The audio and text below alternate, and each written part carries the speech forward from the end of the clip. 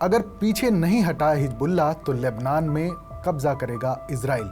जी हाँ, Israel Lebanon के कई हिस्सों में बमबारी कर रहा है, बैरूत में हिजबुल्लाह के ठिकानों पर हमला कर रहा है और जाहिर तौर पर पेजर और वॉकी टॉकी में बम भी छुपा रहा है। उधर हिजबुल्लाह उत्तरी इजराइल में रॉकेट दाग रहा है और ड्रोन हमले कर रहा है, इमारतों और गाड़ियों को निशाना बना रहा है, लेकिन फिलहाल इसे कोई भी युद्ध नहीं कह रहा है। इजरायली अधिकारियों का कहना है कि वो हिजबुल्लाह के साथ युद्ध नहीं चाहते हैं। अगर ये समूह अपने हमले बंद कर दे और सीमा से दूर चला जाए तो मौजूदा हालात को टाला जा सकता है।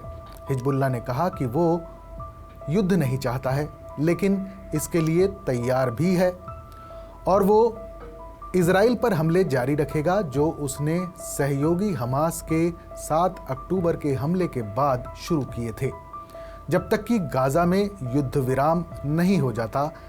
पिछले साल 7 अक्टूबर से इजराइल और हिजबुल्लाह के बीच लगातार गोलीबारी होती रही है, लेकिन सोमवार को ताबड़तोड़ इजरायली हवाई हमलों में 500 से ज्यादा लोग मारे गए। हिजबुल्लाह पर हमलों से इजरायली नेता खुश नजर आ रहे हैं। पेजर वॉकी टॉकी में धमाकों से हुई इस कार्रवाई की शुरुआत अब घातक हवाई हमलों में तब्दील हो चुकी है। 23 सितंबर के हवाई हमलों के बाद इजरायली रक्षा मंत्री याओ गैलेंट ने कहा कि आज जो हुआ वो मास्टरपीस था। अपने बनने के बाद से हिजबुल्लाह के लिए ये अब तक का सबसे बुरा हफ्ता है। नतीजे खुद इसकी गवाही दे रहे हैं। हवाई हमलों में हजारों रॉकेट तबाह किए गए। हिजबुल्लाह के ये रॉकेट इजरायली नागरिकों की जान ले सकते थे। हमलों के बाद लेबनान के स्वास्थ्य मंत्रालय ने जानकारी दी कि इजरायली हमलों में 550 आम नागरिक मारे गए हैं। इनमें 50 बच्चे भी शामिल हैं। 2006 से हिजबुल्लाह की अब तक की जंग में कुल जितने लोग मारे गए हैं, ये ताज़ा आंकड़ा मौत के उस आंकड़े से 2 गुना है।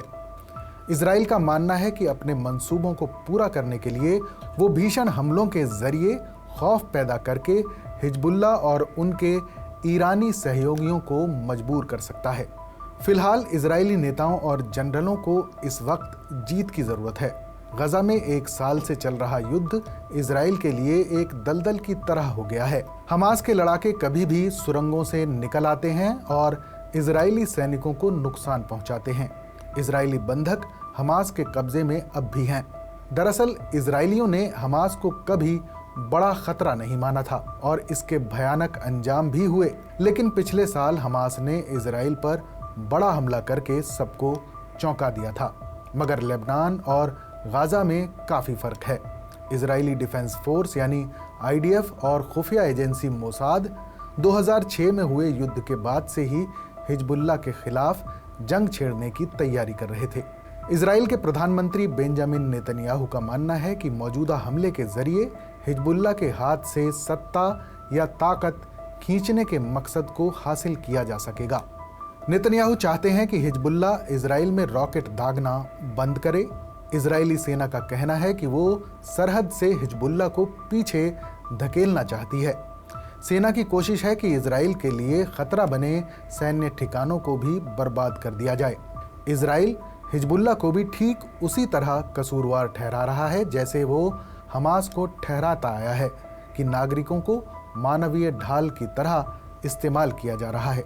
हमलों से पहले PM नेतन्याहू ने लेबनान के लोगों को एक चेतावनी जारी की थी कि वो सुरक्षित जगहों पर चले जाएं, लेकिन इस पर इजराइल के आलोचक कहते हैं कि इजराइल की चेतावनी ढंग से नहीं दी गई थी।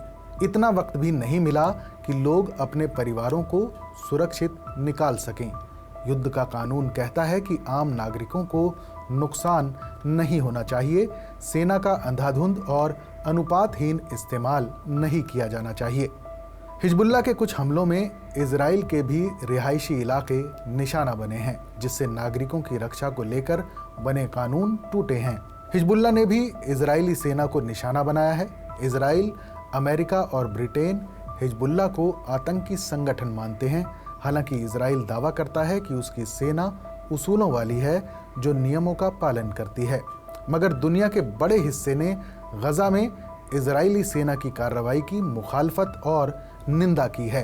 हाल ही में हुए पेजर हमलों पर इजराइल का कहना है कि उसने हिजबुल्लाह के उन लड़ाकों को निशाना बनाया जिन्हें पेजर जारी हुए थे, मगर इजराइल ये नहीं जान सकता कि जब पेजर के अंदर विस्फोट होगा तब वो शख्स कहाँ खड़ा होगा। इसी वजह से घरों में बच्चे, दुकानों और सार्वजनिक जगहों पर बहुत से लोग मारे गए या घायल हो गए।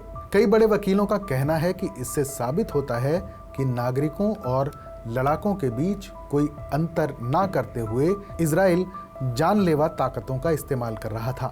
ये युद्ध के नियमों का उल्लंघन है। इजराइल में कुछ लोग इन ताज़ा हमलों को जून 1967 से जोड़कर देख रहे हैं। 1967 में इजराइल ने अचानक मिस्र पर हमला बोल दिया था, जिसमें मिस्र की वायुसेना को भारी नुकसान हुआ था। उसके बाद अगले 6 दिनों तक चली लड़ाई में इजराइल ने मिस्र, सीरिया और जॉर्डन को शिकस्त दी थी। माना जा रहा है कि उसी जीत ने मौजूदा संघर्ष को दिशा दी है। तब इजराइल ने वेस्ट बैंक, पूर्वी यरूशलेम, गजा पट्टी और गोलान हाइट्स पर कब्जा कर लिया था। इजराइल की मौजूदा आक्रामकता एक धारणा पर टिकी है। ये एक ऐसा जुआ है जिसमें सोचा जा रहा है कि वक्त आने पर हिजबुल्लाह हारकर सरहद से पीछे हट सकता है और तब इजराइल गोलीबारी रोक देगा। मगर हिजबुल्लाह को जानने और समझने वाले लोगों का मानना है कि वो रुकेगा नहीं। इजराइल से जंग हिजबुल्लाह के अस्तित्व की बड़ी वजह है, लेकिन फिलहाल अगर हिजबुल्लाह ने हार नहीं मानी तो इजराइल इस जंग का दायरा और बढ़ा सकता है। वहीं अगर हिजबुल्लाह ने उत्तरी इजराइल पर हमले जारी रखे तो इजरायली सेना ज़मीन से हमला कर सकती है और शायद हो सकता है कि इजरायली सेना लेबनान की ज़मीन के किसी हिस्से पर कब्जा भी कर ले।